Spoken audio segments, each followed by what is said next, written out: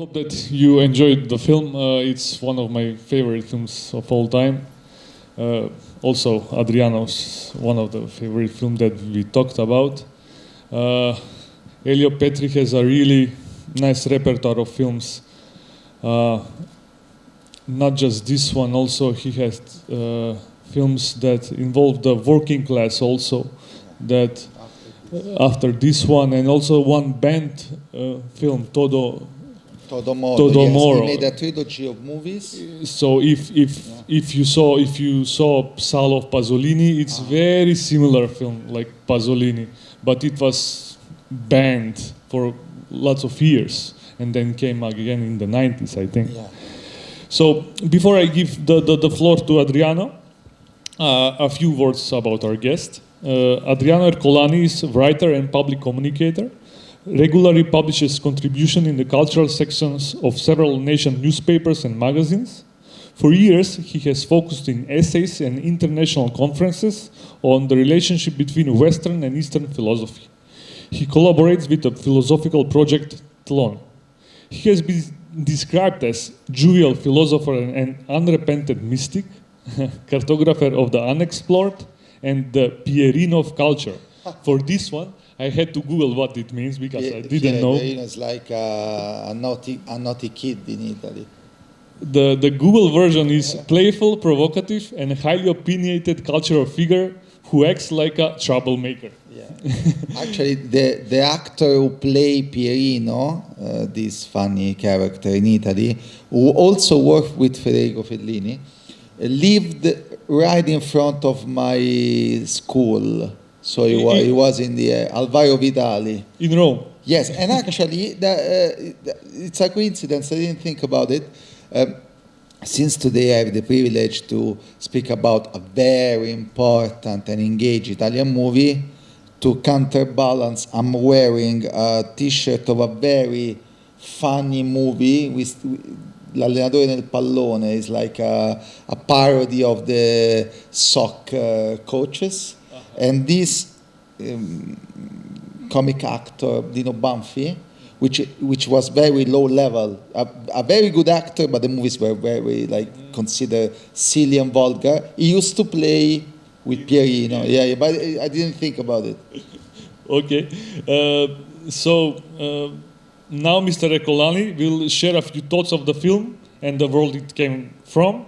So after his talk, we will have a couple of questions for him. So please, Mr. Ercolani, the floor is yours. Thank you so much. I must say I'm very happy to be here, and it's not a rhetorical expression. I have to thank Milcho Manchevski, who recommended me to Giorgio. I call you like you allow me to do, because I met Manchevski a couple of times in Rome, and we spoke about movies, philosophy, and Skopje. It's a city that I really like. So he said, Adriano, the contract is done. And so with Giorgio, we thought which Italian movie could be interesting. And this one, I've seen it again now with you, and after I don't know how many times, not throughout my life since I was a teenager, then when I was 25, 30, 40, now I'm older and older. And what it is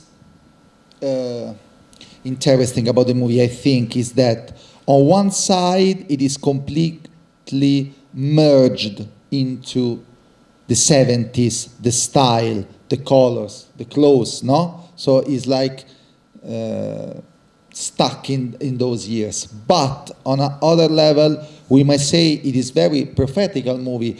While I was watching it, I thought about one battle after another, no? And the character, which won the Oscar Award, and the character of Sean Penn, it is very similar if you think about it, like this fascist guy obsessed with power, which is dominated by a very sensual, independent woman, no? Of course, there are differences in the style, but the idea is quite similar. Also, this movie, like many others of Petri and Pasolini that we mentioned, were also prophetical. Not only they quote the so-called zeitgeist, like the spirit of the time, but somehow prophesize what happened, especially todo modo. I will do a small comparison now. So Elio Petri made this trilogy, a politic trilogy. This one, La classe operaia va in paradiso, the working class goes to paradise, always with volonté. And the last one is la proprietà non è più un furto, the property is not anymore a robbery. Okay, yeah, something like that. And the point is the neurosis, the alienation, we may say, brought on a three different levels. So the power, the working class, and then the middle class. Okay. Then after this trilogy, he made Todo Modo. But I will talk about Todo Modo in a few minutes. This movie, which is the first one, is the epitome, is the peak. On one side, watching it in a foreign country is the first time that I had this experience. I understand how much it's difficult to how much is lost in translation. Because, for instance, Gian Maria Volonté, who is playing the main character, the whole time is speaking in a strong Sicilian accent, which to an Italian immediately reminds of the mafia. When he swears, he says, "Ma che menghia state facendo?" Which is not, is exactly the swear word of the Sicilian guys, okay? When he does the fake phone call, he's mocking, he's pretending to be a Roman guy. I'm from Rome, so I was laughing because he's a Sicilian guy trying to imitate our accent. And Italy, also your country, in this area of Europe, every 100 kms, there's a difference in language, in pronunciation, no? So there are all these nuances that, of course, they get lost in the translation, and also they are very funny for an Italian. It's a very satirical movie, and at the end, the Kafka's quotes explains the paradox of power, this grotesque paradox of power, which remind me also of an Edgar Allan Poe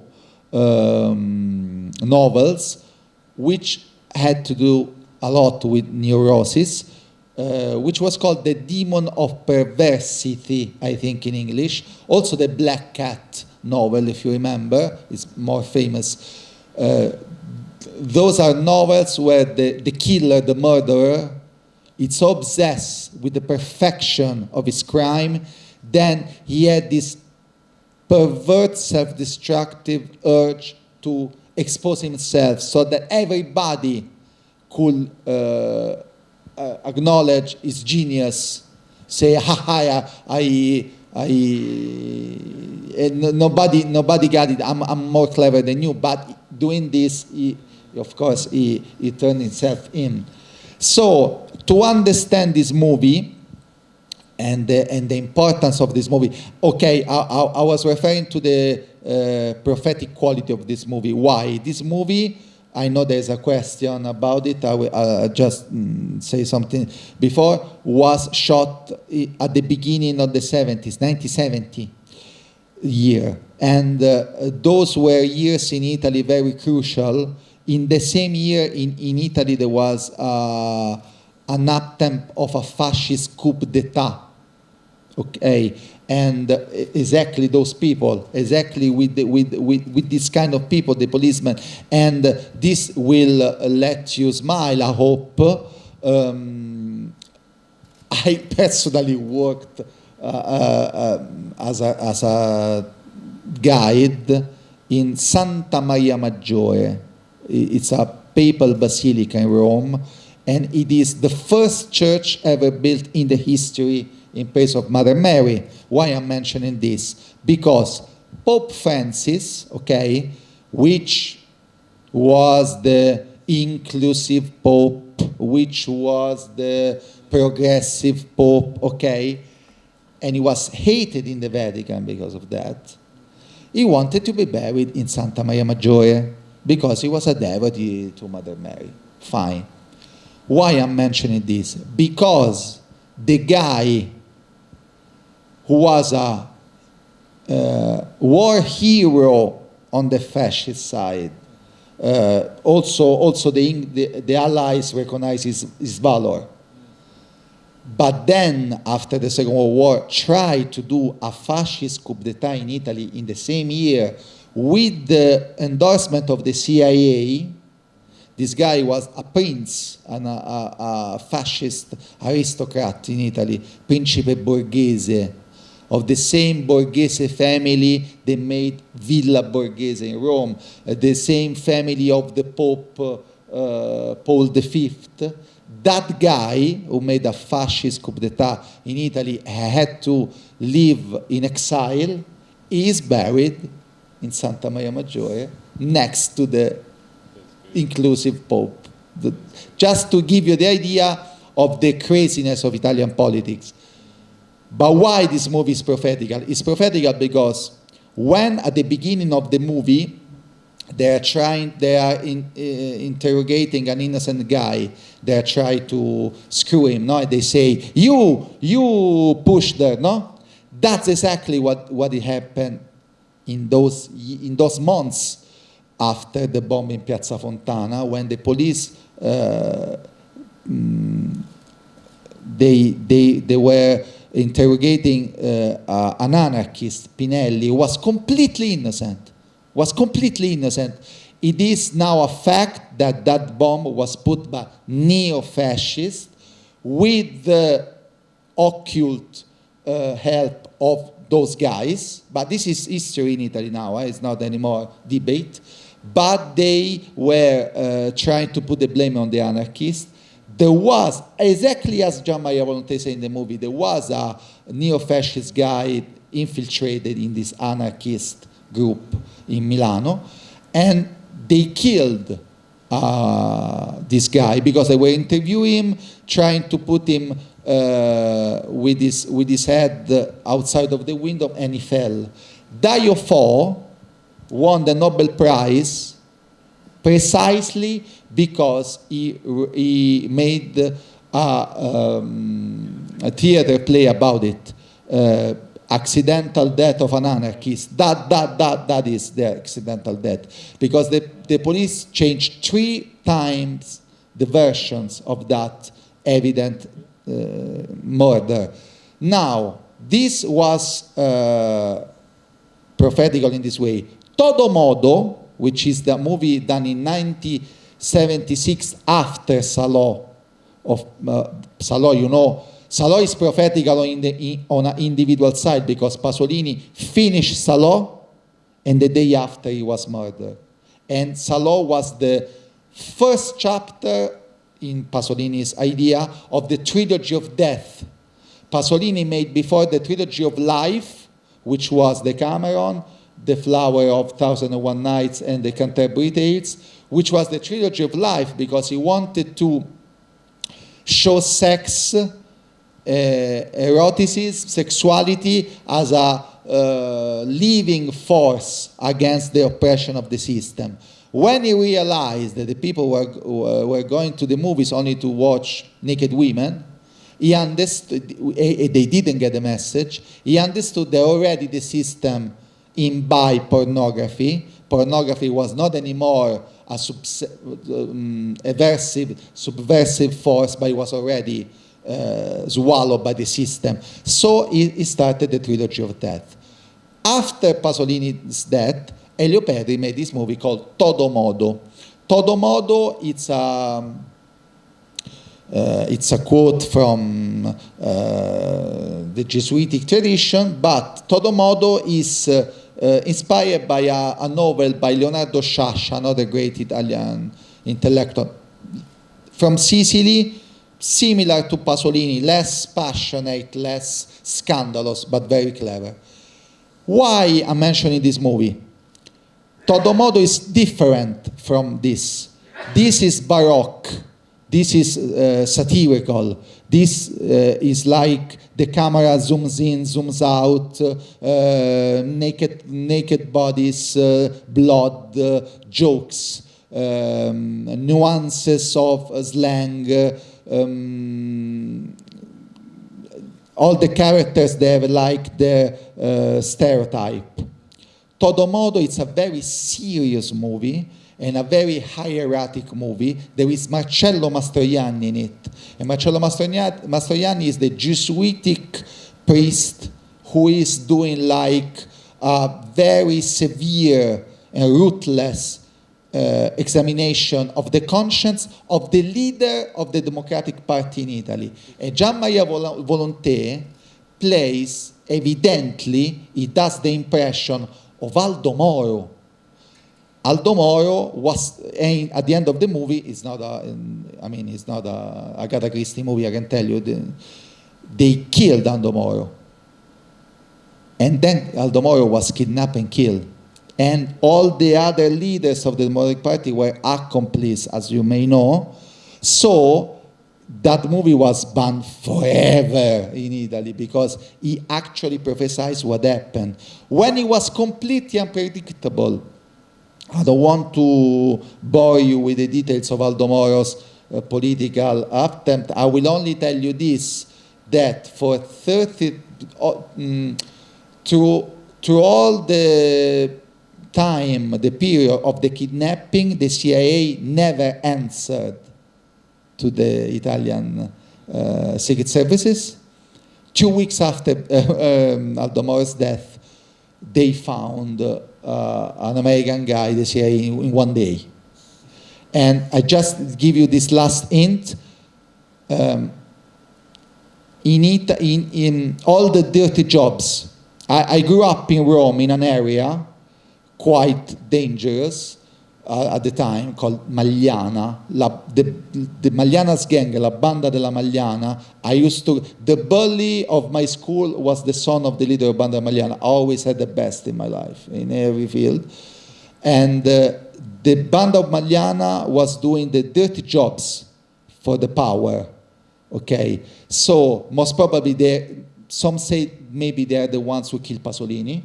It's not unlikely, okay? But the Banda of Magliana, the leader of the Banda of Magliana, lived in an area in Rome. The first Brigate Rosse hiding place where they kidnapped Aldo Moro was next to the house of the leader of the Magliana's gang. And the Magliana's gang was the, how you say, braccio armato, no? The armed, they were doing the dirty jobs. They were like the extended arm. Exactly, of the political power.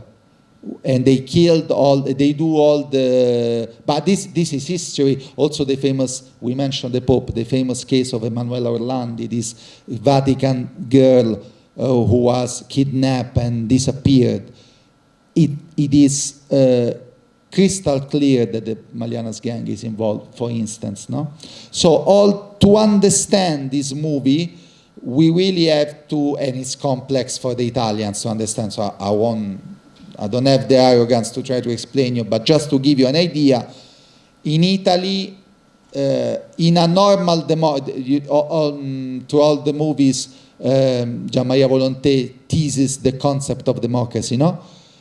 A normal, classical, modern democracy, it is divided in Whigs and Tories, Democrats or Republicans. You may like it or not, but that's the idea. In Italy, we had this peculiar anomaly of having the party of the church rule the country with the endorsement of the CIA. Okay? Church and CIA. Then, the greatest communist party in a country under NATO influence.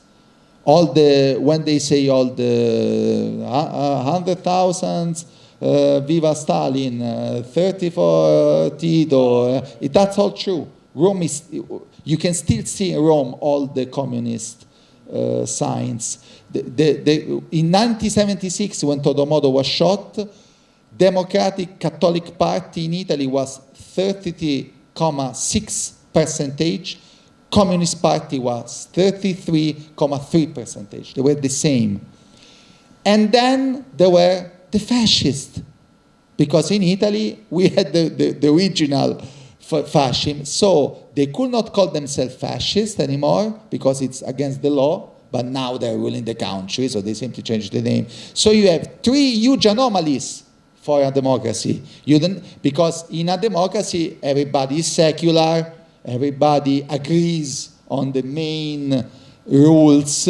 Instead, we have three parties, and all of we have endless parties, I won't mention, but the three forces, left, center, and right, they were all outside the normal dialectic of a European democracy or Western democracy.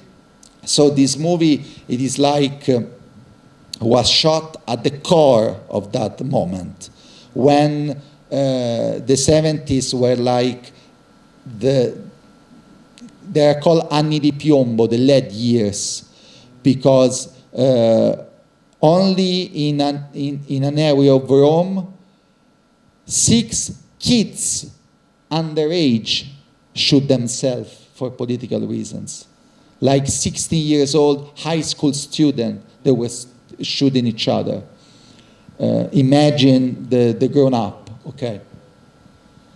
Thank you for this expose, and it's really tough and complex to look at all the forces that were taking place where Elio Petri was shooting these films.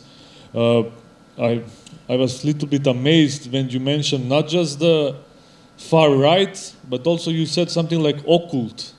Yeah, and absolutely. When we mentioned occult in our country, we right away think of Masons, some people like Eyes Wide Shut, and stuff like that, and people tends toward to dismiss that as something conspiracy, something that is... It's history in Italy. So it's history. So like, it's really interesting to me. Like, can you like explain that connection with the right fascist and invisible forces ruling and controlling that narrative? In Italy, it's facts. To be clear, okay, so the CIA brought,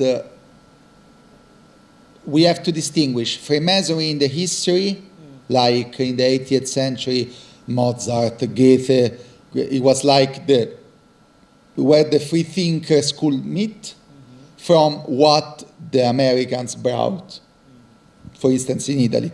In the second, there are also Masons who are not at all criminals, but of course it's a concentration it's a lobby of power, okay. Licio Gelli, who was a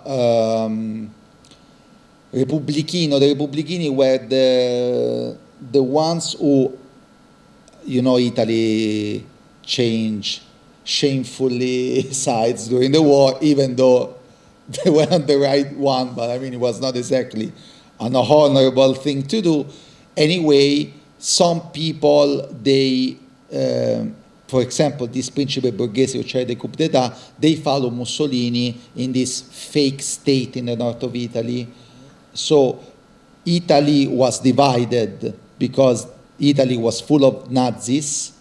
They were allies in the morning, they were enemies in the evening. So they had revenge of the population, massacres, horrible history.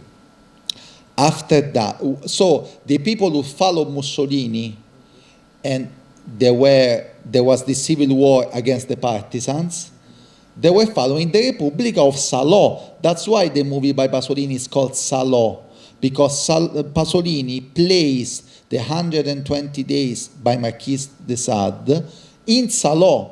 Salò it's a town in Italy where Mussolini in the last months had this fake republic, and the fascists were having revenge on the Italians. They were the changed side. Okay, that's the idea of Pasolini. Licio Gelli was one of them.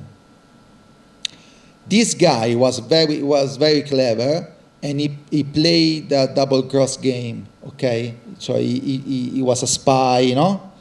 So the CIA said, okay, this guy is clever, let him work with us, and they put him in the Freemasonry. Freemasonry in this moment absolutely fine. I mean, people who were following that path.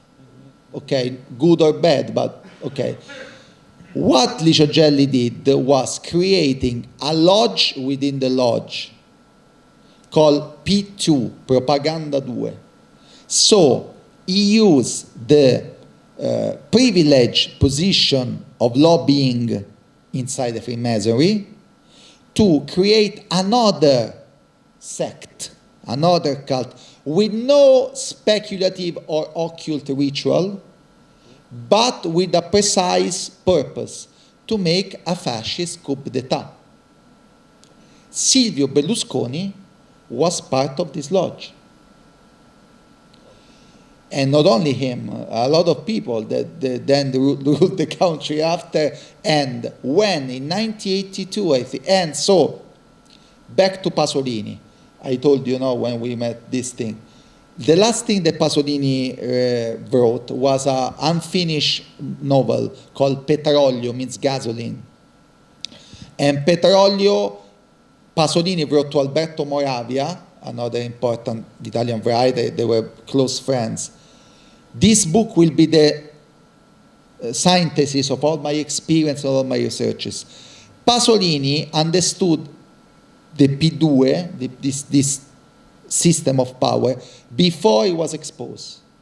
And he wrote on the Corriere della Sera, which is still is maybe the most read newspaper in Italy, a very brave article in which he declared, I know who put the bombs in Piazza Fontana, I know these occult leaders, but I don't have the proofs, but I know who they are. And then he was killed. And he foresaw exactly the bomba in Bologna station. In Petrolio, he says they will put a bomb in Bologna at the station. Wow. Many years before. And the bomb was placed by neo-fascists. But there is a process, it's history. And with the occult leadership of the P2. What's the joke? What's the punchline? 1982, a very courageous lady, a woman, politician, I think from the Republican Party, if I'm not mistaken, from the moderate left, Tina Anselmi, she found out, she exposed all the names. There were like 1,000 names, and in those names of this occult lodge, there were the chief of the police, like that, exactly like the last scene, the same thing, the director of the most important newspapers, blah, blah, blah. And when they found out that they were plotting to make another fascist coup d'etat, what happened? Nothing. They say, okay, don't do it anymore. It's true. Berlusconi became the president of the Republic 3 times, and Berlusconi program was exactly the one of the P2. Licio Gelli said, the founder of the P2, the founder of this lobby was plotting for a fascist coup d'etat, said publicly, Berlusconi should pay me the copyrights, because he's copying exactly the program, my program of the coup d'etat. That's the story of Italy. Thank you for this part of history that really we don't know about it. We little bit, we know about how powerful in the 60s the Communist Party was, but also this neo-fascist groups that wanted to, to destroy the trade unions, the student movements, and so on. Maybe I'll just get back a little bit to the decision of some of the decision of Elio Petri made with the main protagonist. The first one is, if he wanted to portray the power, he could easily put a more powerful person in portraying. Let's say he could put a politician leader of some political party. He could put something like I would say someone that has let's say general or some stuff. But he put let's say some policeman. So can you try to explain the decision if he wants to portray corruption in the society? Why not put someone that has the higher power? Because those are the people who actually have this execution of power, and that's correct. We always say in Italy that actually the people who rule the country are the people working in the administration, because they are the one who can give you a passport or not. They are the one who can sign a contract or not. Okay, so the idea of this intoxication of power of a middle figure, that leads to the Kafkian grotesque atmosphere. Because if he was, I don't know, the Ministry of Defense, he was too obvious. Instead, this is exactly what happened in Italy, and maybe still happen in many countries. Like the single policeman can change your life, can take your life. At the beginning, then I changed my topic, but I was saying at the beginning of the movie they are interviewing. We have to. Okay. I just say this because it's relevant. At the beginning of the movie, they are trying to frame an innocent guy, and they say, "You push there, no?" When there was Genova 2001, if you remember, and Carlo Giuliani was shot.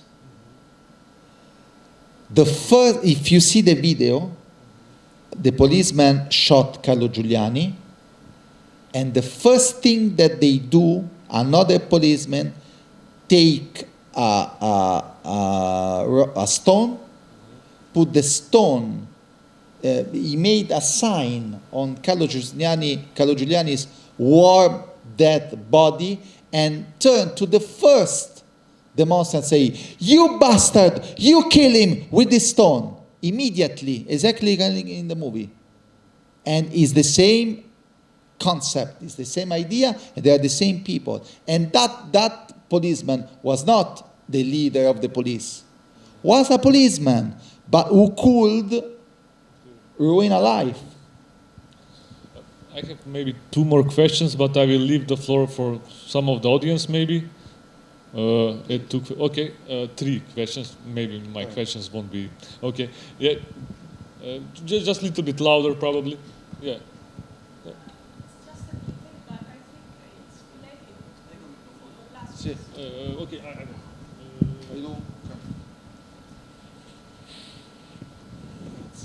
No, if I'm not wrong, at the end of the movie, a couple of times, yes, immediately from my accent, yeah.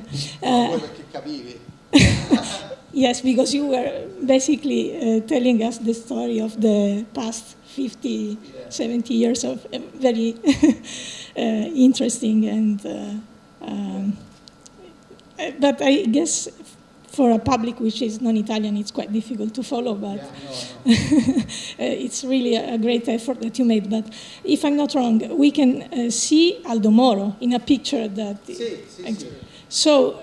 he was already in the... Yeah, for me it was a bit confusing because the movie looks like a reflection, like a metaphysic reflection on power, but at the same time, as you were explaining, it's totally inside the historic reality of Italy. And so I wanted, if you can... Yes. Also, di dove sei? Siracusa. Perfetto, allora scusa, però è vero che lui diceva le cose in siciliano. Okay. Scusa per il riferimento alla mafia, ma perché l'ha caratterizzato in quel modo. But also I was thinking that because the policemen very often they come from the south true, of Italy. It's true, absolutely. So it's not just mafia, because also il true, commissario in Gravallo. È verissimo. Sì, di Gadda. He was from the south. He was Molise, but yes. Like she said correctly, that often the policemen, they come from the south of Italy in general. So not only the mafia idea, but also on anthropological level, it is true. And so, okay, the question, yes, you see the photo of Aldo Moro, but also you see the picture of D'Annunzio, and this is very satirical because often they refer to D'Annunzio in the movie. D'Annunzio, I think you know, because also of Rieca, Fiume, no?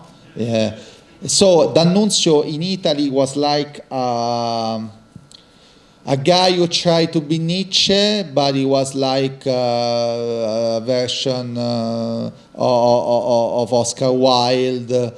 I mean, he was a great writer, but he was like a dandy, and he was a womanizer. Yes, but also very evil, very mean to women.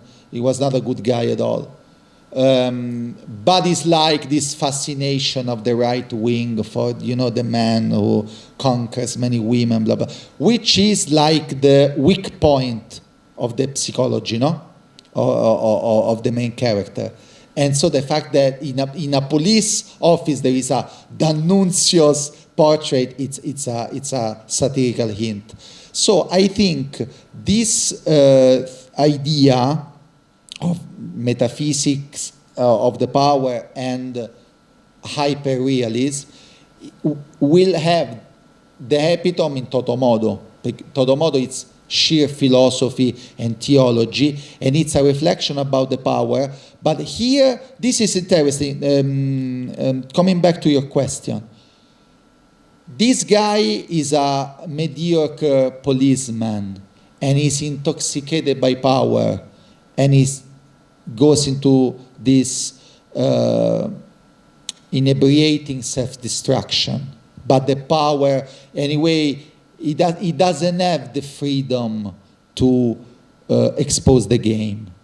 In Todomodo, there is a collective introspection and exposure because those are the real big guys in the movie. So maybe that's the difference. Grazie.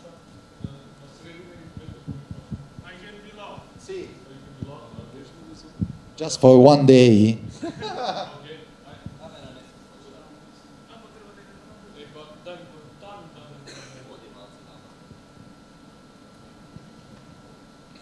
Okay, so one short question. You said that the movie was prophetical. So if it's prophetical, it says also about the things that are happening nowadays. But my question is, do you see any shift in how contemporary movies are made, that are political movies that reflect the critique of power? Have they become a bit more metaphorical, not because there is more censorship, but because the audience, the people, have become less accepting of more direct political movies and direct political messages, and they would rather see it through different sorts of metaphors and stuff like this, in Italy concretely. The second is more of a... In Italy, it's finished. Okay, this is political movies, question. it's finished. The second is, when you mentioned Gabriele... Which movie you were thinking as comparison nowadays? I don't know, not Italian, no, but maybe... Okay. Which one? Okay, I get it.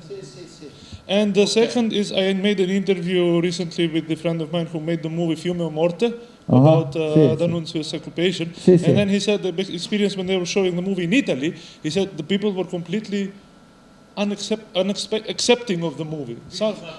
Yeah, they were leaving the hall in the middle of the movie. And he was like, I was shocked that in Italy they would not expect as a critique of D'Annunzio so much.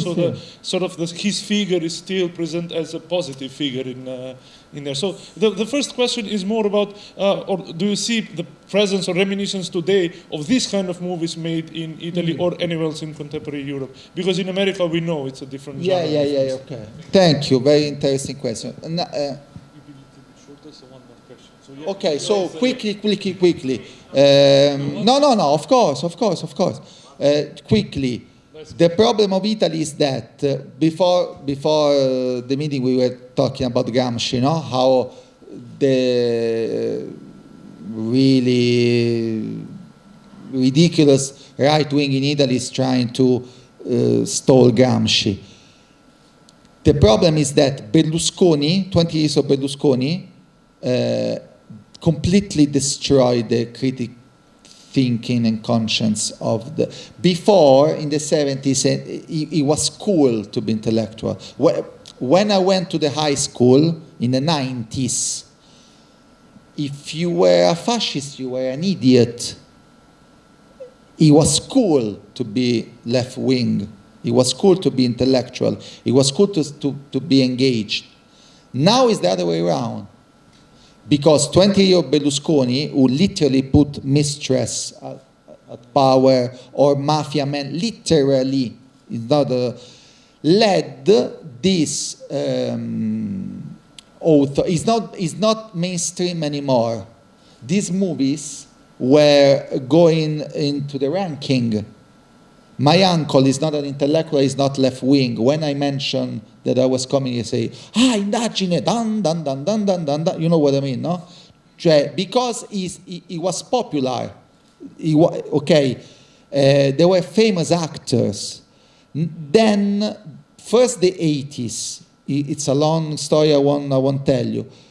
So first the 80s, so all the, Reaganian hedonism, all the, lifestyle of having money, having fun. And then Berlusconi in Italy destroyed this kind of profile. So the few, for example, Il Divo by Paolo Sorrentino, which is a beautiful movie, it's clearly inspired by this. But you can see there's a bit of D'Annunzio in Sorrentino, okay? There is a bit of self-pleasing aesthetic. He will never be so blunt against the power because he's fascinated by power. And he enjoys it a little bit. Yeah, well, I mean, I met him. With me, he was a nice guy, but I know he's not often a nice guy. But there's a movie about the Pope. That's a TV series about the Pope. A movie about Andreotti. He's very fascinated. Andreotti is clearly a very fascinating figure because it's like the face of power. Okay, I understand. Me too. I'm fascinated by him, but not in a I'm not identifying myself with him. You know what I mean. So maybe this is the difference. Garrone. I don't think Garrone is subversive on a moral level, but not so much on a political level. I don't think he's got a political standing. So I think he's a great author. I also interview him. I know he's a very open guy. I think he's also a better movie maker than Sorrentino. Sorrentino is very good, and I like his poetic glance on things, but he's too self-pleased with himself. Okay, Garrone is more courageous, and also the photography of Garrone is like paintings. It's like Caravaggio's painting. Okay, last question. No, no. Okay. Sorry. Yeah. Sorry. Thank you very much. Thank you all. Thank you.